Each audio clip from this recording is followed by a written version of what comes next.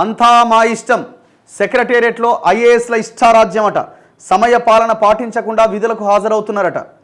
అవును మరి, మేము కేసీఆర్ గవర్నమెంట్లో ఉన్నప్పుడు హోటళ్ళల్లో చేసేటోళ్ళం. నోవాటెల్ హోటల్లో ఆ హోటల్లో కూర్చొని పని చేసేటోళ్ళం. అసలు మేము ఇంటికే రాకపోతుండే, వారం రోజులు రాకపోయినా వాడు అడిగేటోడే లేకుంటుండే. మీరు ఎట్లా అడుగుతారు? అంతా మా ఇష్టమే. మధ్యాహ్నం తర్వాతే సచివాలయానికి వస్తురట. కొందరు ఇలా వచ్చి అలా బయటకు పోతురట. మరికొందరు రాత్రి 10 దాటినా ఆఫీసులోనే ఉంటురట. ఎంప్లాయీస్కి మాత్రం షరతులు పెడుతురట. తాము ఉన్నంతసేపు సెక్షన్లో ఉండాలని ఆదేశాలు ఇస్తున్నారట. మహిళా ఉద్యోగులు తీవ్రంగా ఇబ్బంది పడుతున్నారట. త్వరలోనే బ్యూరోక్రాట్లకు ఫేషియల్ అటెండెన్స్ అట. పెట్టాల్సిందే. ఎందుకు పెట్టొద్దు?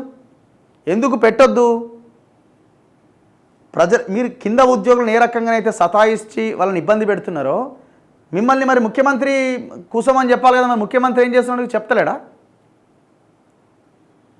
సెక్రటేరియట్లో విధులు నిర్వహిస్తున్న ఐఏఎస్లు సమయపాలన పాటించకుండా ఇష్టానుసారంగా వ్యవహరిస్తున్నారని విమర్శలు వస్తున్నాయి. మధ్యాహ్నం 2 తర్వాతే విధులకు హాజరవుతున్నారని టాక్. కొందరు బ్యూరోక్రాట్లు ఇలా వచ్చి అలా బయటకు వెళ్ళిపోతుండగా మరికొందరు రాత్రి 10 దాటినా ఛాంబర్లోనే ఉంటున్నారట.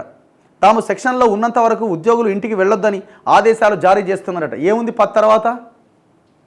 ఏమున్నది? దీంతో పలువురు మహిళా ఉద్యోగులు సదరు ఐఏఎస్లపైన కోపంగా ఉన్నారు. ఐఏఎస్లకు ఎందుకు మినహాయింపు? ఐఏఎస్ ఆఫీసర్లు క్రమశిక్షణకు మారుపేరుగా ఉండాలి. అందులోనూ రాష్ట్ర పాలనకు కేంద్ర బిందువైన సెక్రటేరియట్లో పనిచేసే బ్యూరోక్రాట్లు మరింత ఆదర్శంగా వ్యవహరించాలి. కానీ మెజారిటీ ఆఫీసర్లు తమకు ఇష్టం వచ్చినప్పుడు వచ్చి నచ్చినప్పుడు బయటకు వెళ్తున్నారట. అందరూ పోయిన గవర్నమెంట్లో ఉన్నోళ్ళే ఆయా డిపార్ట్మెంట్స్లో కీలకంగా ఉన్నారు కదా. మరి వాళ్ళనే పెట్టుకుంటే గట్లనే ఉంటుంది మరి.